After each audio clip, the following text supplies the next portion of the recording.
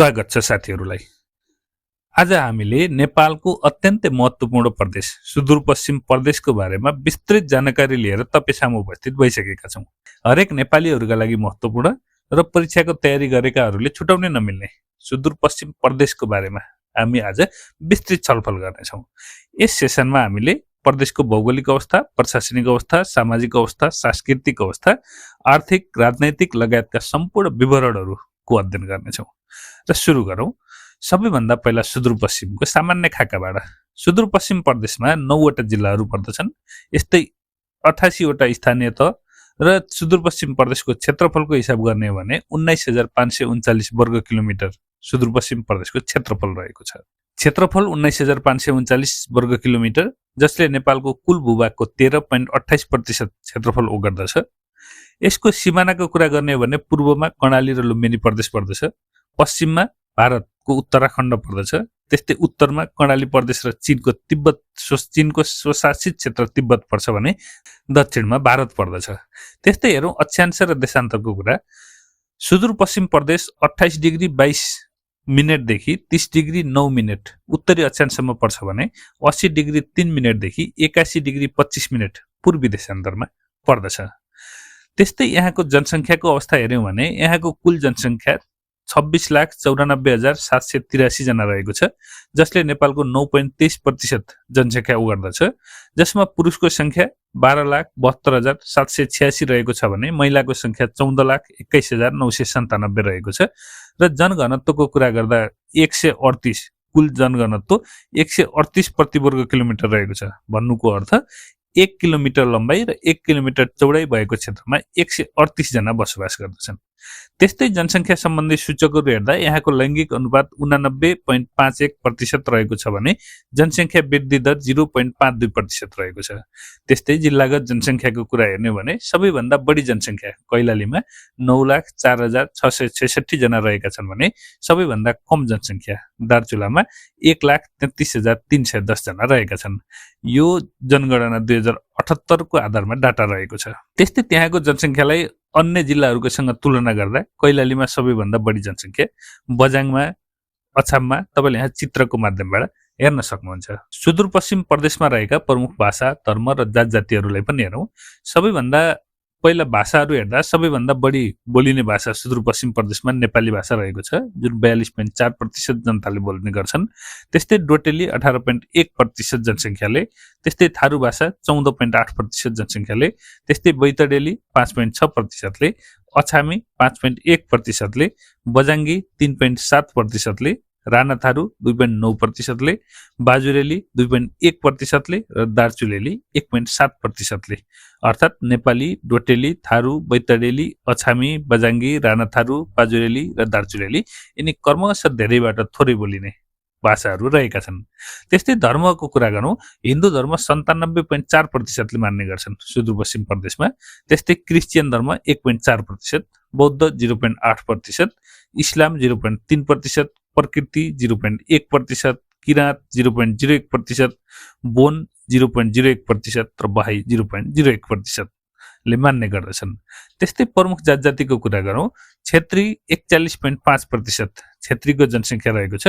त्यस्तै थारूको जनसङ्ख्या 14.8%, ब्राह्मणको जनसङ्ख्या 12.7%, विश्वकर्माको जनसङ्ख्या 10.8%, ठकुरीको जनसङ्ख्या 4.9%, परियारको जनसङ्ख्या 3.8%, राणा थारू 3.1%, मिजार 2.8% र मगर 2% रहेका छन्। त्यस्तै यहाँको भौगोलिक तथा प्रशासनिक विभाजनलाई हेर्ने हो भने सुदूरपश्चिम प्रदेशलाई यदि हामी हिमाल, पहाड र तराई गरी 3 टुक्रामा बाँड्यौँ भने सुदूरपश्चिम प्रदेशलाई मात्रै पुरै नेपालको कुरा गरिरहेको छैनौँ हामी। सुदूरपश्चिम प्रदेशको हिमाली भूभाग 40.60% क्षेत्रफल ओगट्छ, जसले 8,393.11 वर्ग किलोमिटर, जसमा 3 जिल्ला पर्छन्, बझाङ, बाजुरा र दार्चुला यी हिमाली भूभागमा पर्ने जिल्लाहरू रहेका छन्, जसले 8,393.11 वर्ग किलोमिटर क्षेत्रफल ओगट्छ भने 40.60% क्षेत्रफल ओगट्छ। त्यस्तै पहाडी भूभागको कुरा गर्यो भने 4वटा जिल्ला पहाडी भूभागमा पर्छ सुदूरपश्चिमका, डोटी, डडेलधुरा, अछाम र बैतडी र यसको क्षेत्रफल 6,748.78 वर्ग किलोमिटर क्षेत्रफल ओगट्छ। यो 4वटा जिल्लाले भने कुल भूभागको सुदूरपश्चिम प्रदेशको कुल भूभागको 34.54% पहाडी भूभागमा पर्छ। त्यस्तै तराईमा 24.86% पर्छ, जसमा 2 जिल्ला कैलाली र कञ्चनपुर पर्छ भने 4857.39 वर्ग किलोमिटर तराई भूभागको क्षेत्रफल रहेको छ। त्यस्तै प्रशासनिक इकाइहरूको कुरा गर्यौं भने सुदूरपश्चिम प्रदेशमा जम्मा 88 वटा स्थानीय तह छ भने 734 वटा वडा रहेको छ, जसमा उपमहानगरपालिका एउटा मात्र रहेको छ, जुन धनगढी उपमहानगरपालिका। त्यस्तै नगरपालिकाको संख्या 33 रहेको छ भने गाउँपालिकाको संख्या 54 रहेको छ। त्यस्तै संसदीय निर्वाचनको कुरा गर्ने हो भने प्रतिनिधि सभा निर्वाचन क्षेत्र 16 क्षेत्र रहेको छ भने प्रदेश सभा निर्वाचन क्षेत्र 32 प्रत्यक्ष र 21 समानुपातिक गरी जम्मा 53 सदस्य रहेको छ। त्यस्तै मुख्य कुराहरू हेर्ने हो भने सुदूरपश्चिम प्रदेशको राजधानी गोदावरी कैलाली हो। यसको 2075 साल असोज 12 गते घोषणा भएको थियो। मिति 2075 साल असोज 12 गते सुदूरपश्चिम प्रदेशको राजधानी गोदावरी कैलाली बनाउने भनेर घोषणा भएको थियो र सुदूरपश्चिम प्रदेशको प्रथम मुख्यमन्त्री त्रिलोचन भट्ट हुन्। सुदूरपश्चिम प्रदेशको जिल्लागत विवरण हेर्ने हो भने यहाँ 9 वटा जिल्ला रहेका छन्। कैलाली, कञ्चनपुर, बझाङ, अछाम, बैतडी, बाजुरा, टोटी, दार्चुला र डडेलधुरा गरी कुल 9 जिल्ला रहेका छन्। 9 जिल्ला अन्तर्गत पहिला उपमहानगरपालिका हेरौँ, त्यसपछि नगरपालिका, गाउँपालिका, वडा अनि प्रतिनिधि सभा निर्वाचन क्षेत्र र प्रदेश सभा निर्वाचन क्षेत्र, यो सबैको अध्ययन गर्नेछौँ हामी यहाँ। उपमहानगरपालिकाको कुरा गर्दा कैलालीमा एउटा उपमहानगरपालिका मात्र रहेको छ, जुन धनगढी उपमहानगरपालिका सुदूरपश्चिम प्रदेशकै एक मात्र उपमहानगरपालिका हो। त्यस्तै नगरपालिकाको कुरा गर्दा कैलालीमा 6 वटा नगरपालिका, कञ्चनपुरमा 7 वटा नगरपालिका, बझाङमा 2 वटा नगरपालिका, अछाममा 4 वटा नगरपालिका, बैतडीमा 4 वटा, बाजुरा 4 वटा, डोटी 2 वटा, दार्चुला 2 वटा र डडेलधुरा 2 वटा गरी कुल 33 वटा नगरपालिका रहेका छन्। त्यस्तै गाउँपालिकालाई हेर्दा कैलालीमा 6 वटा गाउँपालिका, कञ्चनपुरमा 2 वटा गाउँपालिका, बझाङमा 10 वटा गाउँपालिका, अछाममा 6 वटा गाउँपालिका, बैतडीमा 6 वटा, बाजुरामा 5 वटा, डोटीमा 7 वटा, दार्चुलामा 7 वटा र डडेलधुरामा 5 वटा गरी कुल 54 वटा गाउँपालिका रहेका छन्। त्यस्तै वडा संख्या हेर्यौं भने कैलालीमा 126, कञ्चनपुरमा 92, बझाङमा 94, अछाममा 91, बैतडीमा 84, बाजुरामा 69, डोटीमा 65, दार्चुलामा 61 र डडेलधुरामा 52 गरी कुल 734 वटा वडा संख्या रहेका छन्। त्यस्तै हामीले प्रतिनिधि सभा निर्वाचन क्षेत्र हेर्यौं भने कैलालीमा 5 वटा, कञ्चनपुरमा 3 वटा, बझाङमा 1 वटा, अछाममा 2 वटा, बाजुरामा 1 वटा अनि डोटीमा 1 वटा, दार्चुलामा 1 वटा र डडेलधुरामा 1 वटा गरी कुल 16 वटा प्रतिनिधि सभा निर्वाचन क्षेत्र रहेको छ भने प्रतिनिधि सभा निर्वाचन क्षेत्र जानिसकेपछि प्रदेश सभा निर्वाचन क्षेत्रका लागि प्रतिनिधि सभा निर्वाचन क्षेत्रको संख्याको डबल हो। अर्थात् कैलालीमा प्रतिनिधि सभा निर्वाचन क्षेत्र 5 थियो भने प्रदेश सभा निर्वाचन क्षेत्र 10 हुन्छ, ठ्याक्कै डबल हुन्छ। त्यस्तै कञ्चनपुरमा 6, बझाङमा 2, अछाममा 4, बैतडीमा 2, बाजुरामा 2, डोटीमा 2, दार्चुलामा 2 र डडेलधुरामा 2 गरी प्रदेश सभा निर्वाचन क्षेत्र 32 वटा रहेका छन्। त्यस्तै स्थानीय तहहरूलाई जिल्लागत पनि हेरौँ। सबैभन्दा पहिला हेरौँ बाजुरालाई। बाजुरा जिल्लाको क्षेत्र 2188 वर्ग किलोमिटर, जसको सदरमुकाम मार्तडी जोमसोम रहेको छ। हामी प्रत्येक जिल्लाको विशेषताहरूसँग हेर्नेछौँ। त्यस्तै बाजुरामा नगरपालिका 4 वटा, गाउँपालिका 5 वटा, प्रदेश सभा निर्वाचन क्षेत्र एउटा र प्रतिनिधि सभा निर्वाचन क्षेत्र एउटा र प्रदेश सभा निर्वाचन क्षेत्र 2 वटा रहेको छ। जस अन्तर्गत नगरपालिका 4 वटा भन्यौं। 4 वटा नगरपालिका भन्नुको मतलब बडीमालिका, त्रिवेणी, बुढीगंगा र बुढीनन्दा रहेका छन् भने गाउँपालिकाहरू गौमूल, जगन्नाथ, स्वामी कार्तिक खप्पर, स्वामी कार्तिक खापर, खप्तर, छेडेदह र हिमाली गरी 5 वटा गाउँपालिका रहेका छन्। त्यस्तै बझाङको हेरौँ। बझाङको क्षेत्रफल 3422 वर्ग किलोमिटर, सदरमुकाम चैनपुर रहेको छ। नगरपालिका 2 वटा, जय पृथ्वी र बुङ्गल। त्यस्तै गाउँपालिका 10 वटा, तलकोट, मस्टा, खप्तडछन्ना, थलारा, बित्थडचिर, सुरमा, 26 पाथिभेरा, दुर्गाथली, केदारसिंह र साइपाल गरी रहेका छन् भने प्रतिनिधि सभा निर्वाचन क्षेत्र 1 र प्रदेश सभा निर्वाचन क्षेत्र 2 रहेको छ। त्यस्तै अछाम जिल्लाको बारेमा हेरौँ। अछाम जिल्लालाई हेर्दा यहाँको कुल क्षेत्रफल 1680 वर्ग किलोमिटर, सदरमुकाम मङ्गलसेन। त्यस्तै नगरपालिका 4 वटा, मङ्गलसेन, कमलबजार, साँफेबगर र पञ्चदेवल विनायक भने गाउँपालिका 6 वटा, चौरपाटी, मेल्लेक, बान्नीगढी जयगढ, रामारोसन, ढकारी र तुर्माखात गरी 6 वटा गाउँपालिका रहेका छन्। प्रतिनिधि सभा निर्वाचन क्षेत्र 2 र प्रदेश सभा निर्वाचन क्षेत्र 4 वटा रहेको छ। त्यस्तै हेरौँ अब डोटीको बारेमा।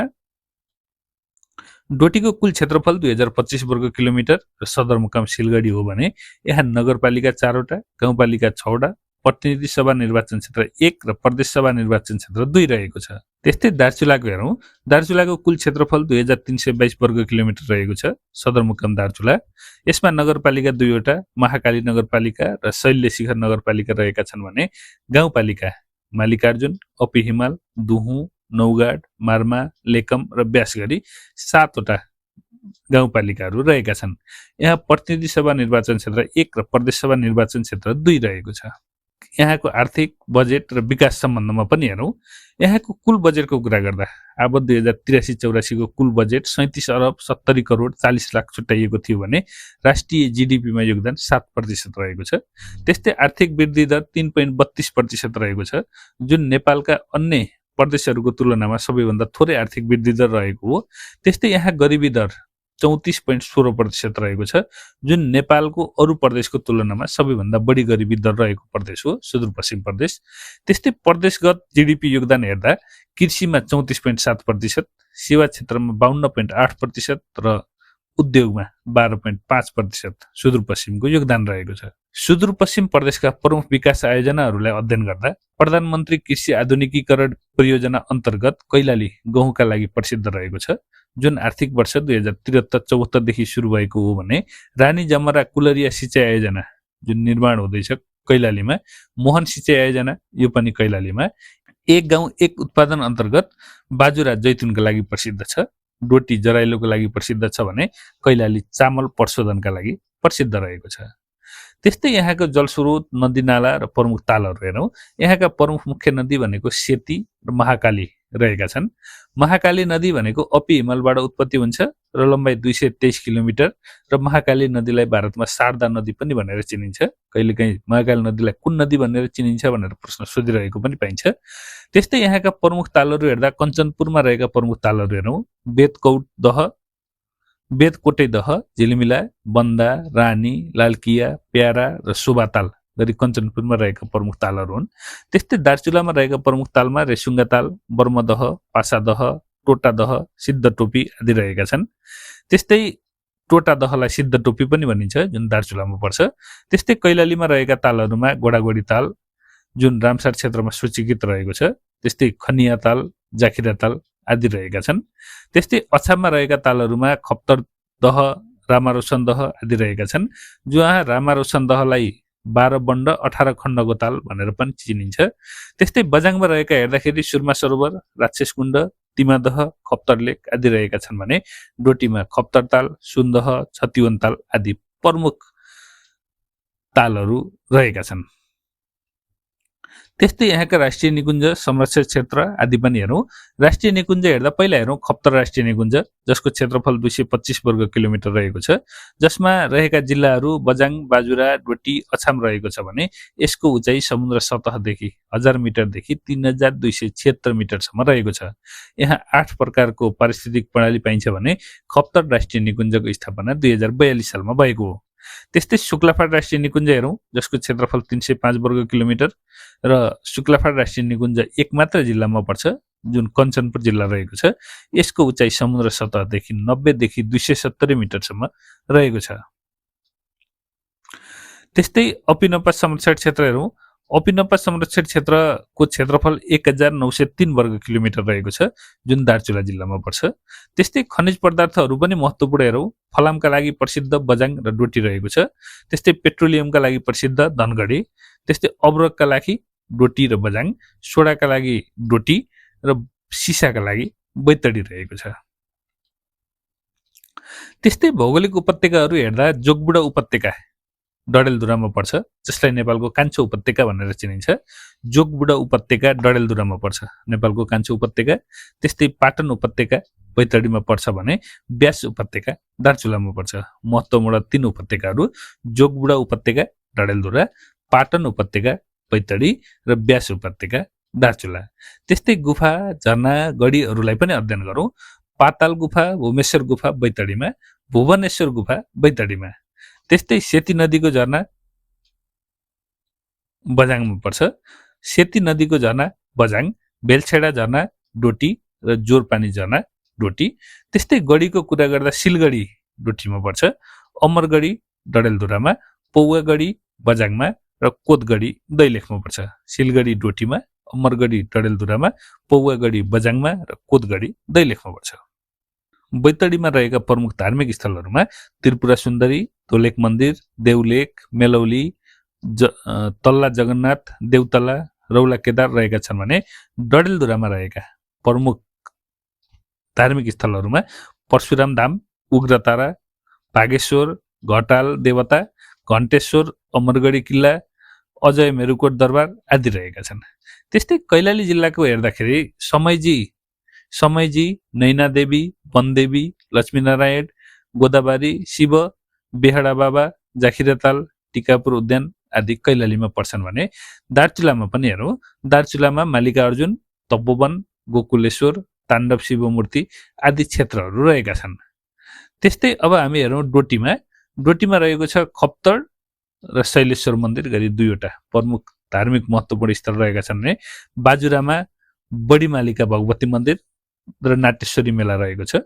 त्यस्तै बझाङमा छाडर खस्टो, खापर माण्डौ, डाँगाबाग मस्टो, पौवागढी, सैपाल हिमाल र सुरमा सरोवर गरी महत्त्वपूर्ण धार्मिक स्थलहरू रहेका छन् भने अछाममा गाजरा भगवती, बेजनाथ, गोडसा देवी, विनायक, पञ्चदेव, रामारोशन आदि अछाममा रहेका छन्। रामारोशन कुन जिल्लामा पर्छ भनेर धेरै पटक परीक्षामा पनि सोधिसकेको छ यो। त्यस्तै हामी हेरौँ सांस्कृतिक प्रथा र नृत्यहरूमा हेरौँ, देउकी प्रथा बैतडीको मेलौली देवीको मन्दिरमा प्रचलित धार्मिक प्रथा हो यो देउकी प्रथा। यो सुदूरपश्चिम प्रदेशसँग सम्बन्धित भएकाले हामीले यहाँ प्रस्तुत गर्यौं।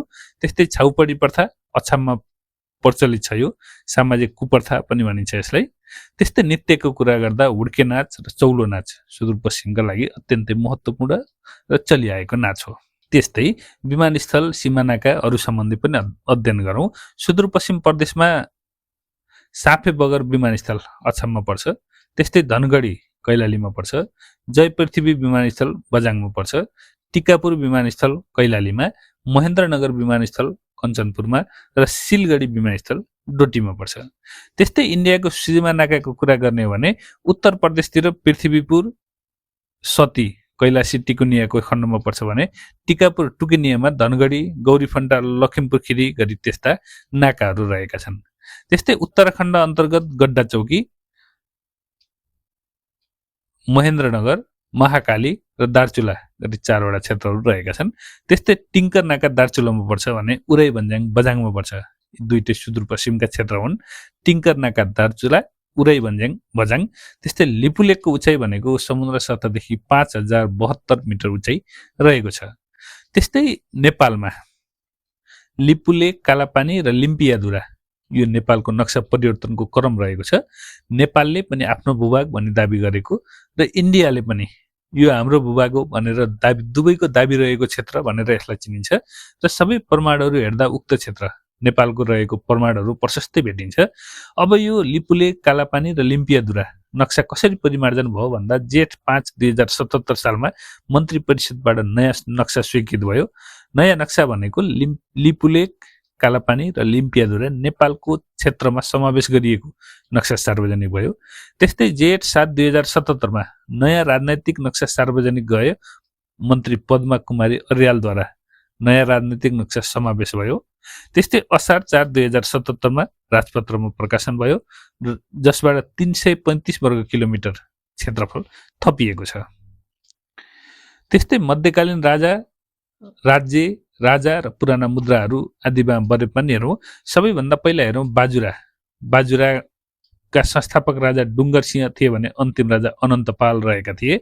त्यस्तै बझाङका संस्थापक राजा शक्तिसिंह, त्यस्तै डोटीका प्रथम राजा संस्थापक राजा निरयपाल, थलहराका संस्थापक राजा जगतिसिंह थिए भने अन्तिम राजा गजेन्द्र सिंह थिए भने अछामका संस्थापक राजा जगती शर्मा थिए। त्यस्तै यहाँको ऐतिहासिक सुदूरपश्चिम प्रदेशका ऐतिहासिक व्यक्तिहरू हेर्दा दशरथ चन्द्र जुन नेपालको पहिलो शहीद भनेर चिनिन्छ, उनको जन्म बैतडीमा भएको थियो, जसको विक्रम सम्वत 1960 असार 19 मा जन्म भएको थियो। त्यस्तै जय पृथ्वीबहादुर सिंहको पनि पुर्ख्यौली जन्मथलो हो बझाङ रहेको छ, जसलाई नेपालको राष्ट्रिय 16औं विभूतिको रूपमा पनि मानिन्छ भने भीमदत्त पन्त डडेलधुराका रहेका छन्। त्यस्तै सुदूरपश्चिम प्रदेशसँग महत्त्वपूर्ण अन्य विषयहरू हेरौँ। सुदूरपश्चिम प्रदेश अन्तर्गत उत्कृष्ट होमस्टे भनेर भादा कैलाली घोषणा भएको छ, जुन विक्रम सम्वत 2082 वैशाखमा देशकै सर्वोत्कृष्ट भनेर घोषणा भएको थियो भादा कैलाली, जुन सुदूरपश्चिममा पर्छ। त्यस्तै एउटा भलमनसा प्रथा भन्ने छ, जुन कैलाली गाउँपालिकाको कैलाली परम्परागत बर्गर प्रथालाई कानुनी मान्यता दिएको भलमनसा प्रथा भन्ने यो सुदूरपश्चिमी प्रचलित प्रथा हो। त्यस्तै पूर्णखोप जिल्ला डोटी रहेको छ। सुदूरपश्चिम प्रदेशको पहिलो पूर्णखोप जिल्ला कुन हो भने डोटी, जुन विक्रम सम्वत 2080 साल असार 4 गते नेपालमा ब्याङ्कको शाखा विस्तार गर्ने क्रममा वाणिज्य ब्याङ्कको अन्तिम शाखा विस्तार भएको जिल्ला बझाङ हो, जुन साइपाल गाउँपालिकामा 753 बैंकको 753 खाता बैंकको 753 शाखा एभरेस्ट बैंकले 2081 असोज 1 गते खोलिदियो। यो सँगसँगै अब बैंकका शाखाहरू सबै जिल्लामा विस्तार भए। त्यस्तै अन्य प्रमुख विशेषताहरू हेरौँ। चुरे पर्वतको सर्वोच्च बिन्दु यो सुदूरपश्चिम प्रदेशमै पर्छ, गारबा कैलाली, जसको उचाइ 1772 मिटर रहेको छ भने साना दुधालु गाई कार्यक्रम अछाम जिल्लामा सार्वजनिक गरिएको थियो। साना दुधालु गाई कार्यक्रम अछाम जिल्लामा सार्वजनिक गरेको थियो। त्यस्तै यहाँको नयाँ भाषा भनेको राणाथारू कञ्चनपुरमा बोलिने हो भने कान्छो उपत्यका भनेर जोगबुढा उपत्यका डडेलधुरालाई चिन्ने गरिन्छ। त्यस्तै 752 स्थानीय तहमा बैंक धादिङको रुबी भ्यालीमा थियो भने 753 स्थानीय तहमा बैंक साइपाल गाउँपालिका बझाङमा रहेको छ। त्यस्तै सबैभन्दा बढी गरिबी 34.16%, सबैभन्दा बढी गरिबी रहेको प्रदेश कुन हो भने सुदूरपश्चिम प्रदेश हो भने सबैभन्दा कम गरिबी रहेको प्रदेश कुन हो भने गण्डकी प्रदेश हो, जहाँ गण्डकी प्रदेशमा 11.88% गरिबी छ भने सुदूरपश्चिम प्रदेशमा 34.16% गरिबी रहेको छ। डबल भन्दा पनि बढी गरिबी रहेको छ गण्डकीसँगको तुलनामा। सुदूरपश्चिमको दीर्घकालीन सोच र लक्ष्यलाई पनि हेरौँ। दीर्घकालीन सोच भनेको आत्मनिर्भरता उन्मुख समृद्ध सुदूरपश्चिम रहेको छ। सुदूरपश्चिम प्रदेशको दीर्घकालीन सोच भनेको आत्मनिर्भरता उन्मुख समृद्ध सुदूरपश्चिम रहेको छ। यसलाई अझ डिटेलमा हेर्दा आर्थिक र सामाजिक क्षेत्रमा आत्मनिर्भरता तथा समृद्धि सहितको सम्मानजनक जीवनयापन गर्ने सुखी नागरिक बसोबास गर्ने क्षेत्र बनाउने अर्थात् प्रदेश बनाउने। त्यस्तै लक्ष्यहरू हेरौँ। लक्ष्यहरू भनेको 8वटा रहेका छन्, जसमा पहिलो सन्तुलित पूर्वाधार विकास, जस अन्तर्गत भौतिक, आर्थिक, हरित र सामाजिक पूर्वाधारको सन्तुलित विकास। त्यस्तै दोस्रो रहेको छ उत्पादन अभिवृद्धि, कृषि ऊर्जा र उद्योगहरूको उत्पादन र उत्पादकत्वमा अभिवृद्धि गर्ने। त्यस्तै तेस्रो रहेको छ मानव पुँजी विकास, जसमा मानव पुँजीको विकास गर्ने। त्यस्तै अर्को रहेको छ गरिबी निवारण गर्ने, जसमा उच्च दिगो र समतामूलक प्रादेशिक न्याय कायम गर्ने भनेको छ भने। त्यस्तै दक्ष जनशक्ति पनि लक्ष्य रहेको छ। दक्ष जनशक्तिहरूको निर्माण प्रदेशभित्रै गर्ने र प्रदेशभित्रै उपयोग गर्ने भन्ने रहेको छ। त्यस्तै समावेशी समाज पनि रहेको छ अर्को लक्ष्य। समावेशी, लैङ्गिक, समतामूलक, विभेद, वञ्चितीकरण रहित, सुरक्षित, सभ्य, मर्यादित र न्यायपूर्ण समाज, लैङ्गिक समता, विभेद र वञ्चितीकरण सहितको न्यायपूर्ण समाज निर्माण गर्ने। त्यस्तै अर्को सुशासन रहेको छ। पारदर्शी, जवाबदेही र प्रभावकारी शासनको व्यवस्था गर्ने रहेको छ भने दिगो विकासका लक्ष्य अर्थात् SDG सस्टेनेबल डेभलपमेन्ट गोल्स हासिल गर्नेतर्फ प्रादेशिक प्रतिबद्धता जनाउने यी रहे लक्ष्य। त्यस्तै दीर्घकालीन सोच भनेको आत्मनिर्भरता उन्मुख समृद्ध सुदूरपश्चिम रहेको छ। यतिन्जेल हामीले सुदूरपश्चिमको बारेमा हरेक नेपालीले जान्नै पर्ने विषयहरू र प्रतिस्पर्धी परीक्षाको तयारी गर्नेहरूले छुटाउनै नहुने विषयहरू तपाईहरु सामु प्रस्तुत गर्यौं। सुदूरपश्चिमको बारेमा हामीले महत्त्वपूर्ण कुराहरू मात्रै प्रस्तुत गर्यौं। अरु कुराहरू धेरै छन् यसका र यसबाट तपाईले फाइदा लिनुभयो भन्ने हामीले आशा गरेका छौं र आगामी दिनहरुमा पनि यस्तै भिडियो हेर्न मन लाग्यो भने हाम्रो च्यानललाई सब्स्क्राइब गर्न नबिर्सनु होला। साथै तपाईलाई यो भिडियो कस्तो लाग्यो, नराम्रो लाग्यो भने नराम्रो छ भने लेखिदिनु होला, राम्रो लाग्यो भने राम्रो छ भने लेखिदिनु होला। साथै तपाई जस्तै अन्य साथीहरु सामु पुर्याउन लाइक र कमेन्ट गर्न नबिर्सनु होला। यतिन्जेल हामी सँगै रहनु भएकोमा हजुरलाई धेरै धेरै धन्यवाद।